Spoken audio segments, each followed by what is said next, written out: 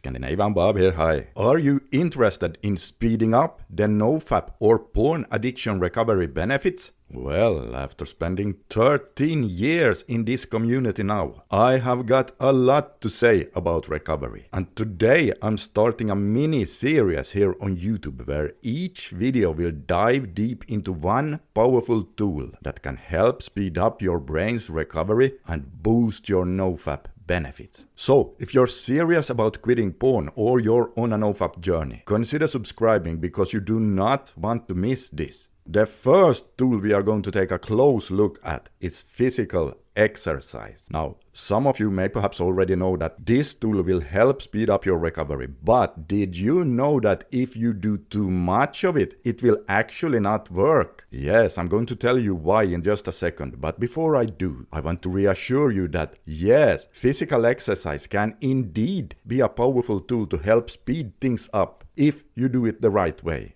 Did you know that there are actual studies showing how exercise helps to upregulate dopamine D2 receptors? Yes, and those receptors are exactly what addictions knock out. All addictions do that, not just porn addiction. Now, these receptors will grow back on their own when you stop using your drug of choice. But real research has shown that you can indeed help speed things up by doing physical exercise. Exercise also increases something called BDNF, which is a protein that many experts refer to as miracle grow for the brain. This is because it promotes the growth of new neurons as well as increases functional connectivity between brain regions. And not to mention, exercise also increases blood flow to your whole brain. Yes, but did you know that if you do too much of it, it will actually cancel out the positive effects on your PMO recovery? You know, I struggled with relapses for more than 7 years before I finally became free of my porn addiction. That means that during my reboot, I had a lot of different streaks going on. And I can tell you that I started seeing benefits much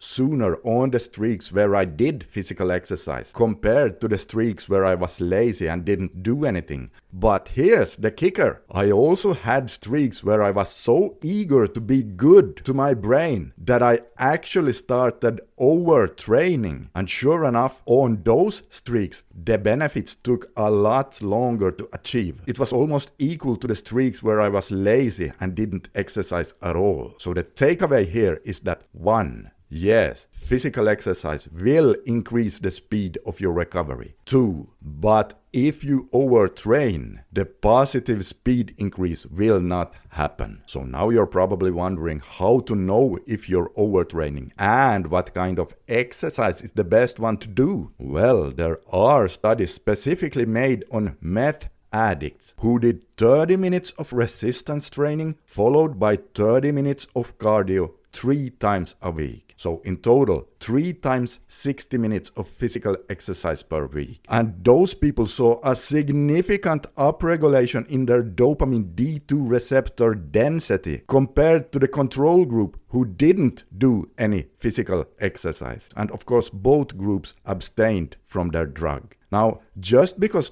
that study happened to look at a combination of exercise like described, that does not have to mean that that particular regimen is the most optimal. What it means is that, well, it just means that when they tried doing it that particular way, the results were positive compared to the group who didn't do any exercise at all. So they have not looked into all possible combinations of exercise. But we do know that doing cardio alone without lifting, well, that works well too. So the truth is, we do not know what the absolute most effective protocol would look like. And the same goes with the amount of the exercise they did. Maybe doing a bit more cardio still would be even better. We just don't know. I suspect it would, just as long as you are not overtraining, which now leads us to the last question here. How do you know if you're overtraining? Well, when I talked about my experience with different streaks during my reboot, I actually monitored my nervous system by measuring something called heart rate variability, HRV, with a chest strap and an app on my phone. But before you freak out here, let me tell you, you do not have to get that fancy. There are other much simpler ways to know if you're overtraining, and I'm going to tell you in just a second. But for those who are interested in HRV and you are wondering what that is, well, it is when you measure the time in between your heartbeats, and there are then effective algorithms that can say how recovered or stressed your nervous system is based on the variability between your heartbeats. And no, this is not the same as measuring your heart rate. No, it isn't. If you say you have a resting heart rate of 60 beats per minute, well, that means that your heart is beating on average once per second. Yet, if you precisely measure your heartbeat, the actual beat-to-beat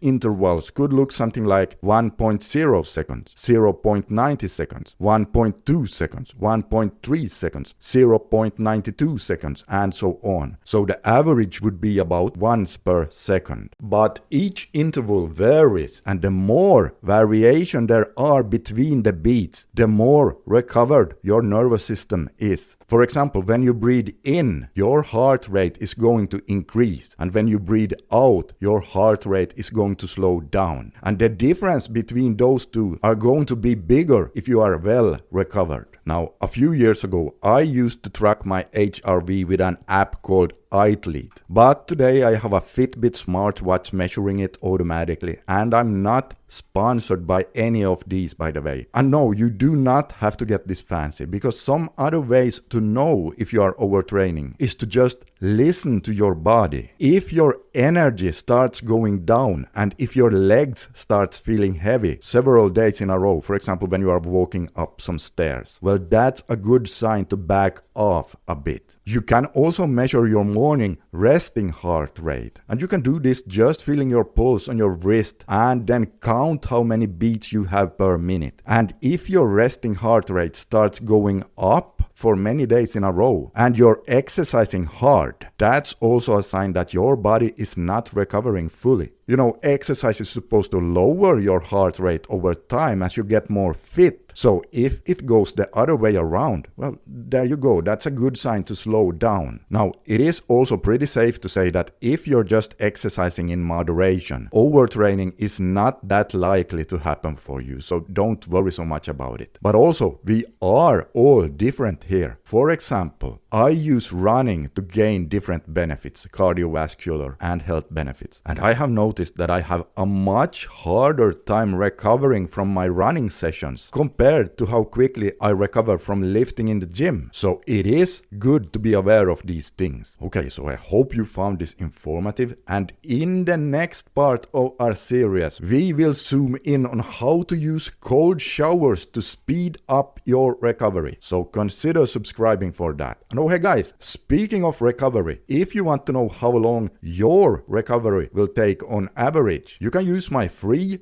PMO recovery time estimator by clicking on the screen right here or by using the link below. And click on the screen right here to find part 2 in this series about cold showers. And if you can't see any video on the screen right now, it just means I'm still working on it and it'll be out in just a few days.